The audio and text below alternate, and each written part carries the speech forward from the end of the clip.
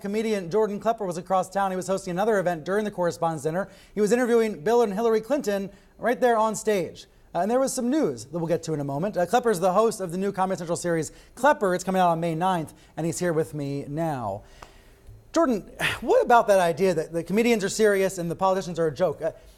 Is comedy kind of dead in the Trump age? How do you view it? I don't think comedy is dead. No? I think comedians can be serious. I think the world can understand that comedians can be multiple things. They're not just clowns who are going to dance around. They are that. They are clowns, and they will reference their genitalia more than ever the average person.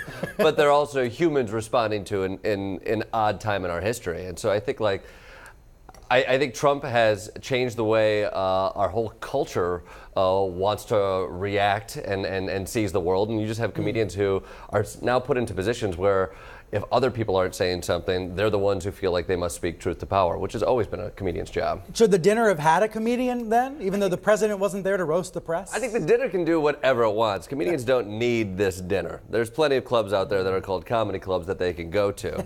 I don't think the dinner should have, from the outside it looks a little bit like they kowtowed to a president who says we don't want to be made fun of. And I think when a dinner like that invites comedians to come to it, like there's a certain expectation from the comedian's point of view to speak to the people in the room, call out what they see as potential BS, and I think comedians have done that in the past. And so if you don't want that, you don't have to have it. Just don't be surprised when it happens. When it happens. Tell me about what you learned on stage with the Clintons last night, because I heard Hillary Clinton talking with you about Russian interference and other serious topics.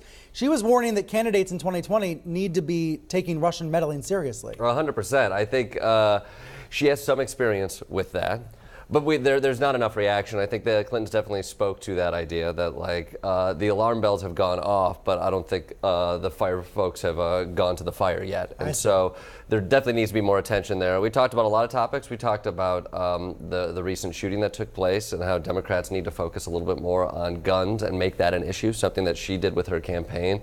We had a lively discussion about all sorts of things, about comedy, about life, about love. I mean, that's just what we do. And beforehand, you also had an interesting moment with her and Bill Clinton where you convinced her to read part of the Mueller report. Let's watch a little bit of this. The president slumped back in his chair and said, "Oh my God, this is terrible. This is the end of my presidency. I'm." What do you think? I'd listen to that audiobook. Yeah. Okay. Oh, wait, are you really going to make an audiobook? What are you doing? Well, we got that idea. We were looking at some crowdsourcing ideas, and she seemed really compelled. I think it was cathartic for her. I think it was cathartic for a lot of people to hear Hillary Clinton read the Mueller report. I would listen to it. You would listen to it? I would listen to it. So you have this new show. It's premiering on Comedy Central in a couple of weeks. You are taking on some really serious issues. And again, it's an example of using comedy, as you were saying, to address issues in the country. At one point you were arrested. What happened? I was arrested. This series has me go out into the world, kind of the front lines of American activism, and I went down to a school in Georgia, it's called Freedom University. It's a bunch of undocumented students, DACA students who are unable to go to public colleges in Georgia. They don't have a voice, and I was put in a position where I could speak up for them, and that took me to jail, Fulton County Jail, 12 hours.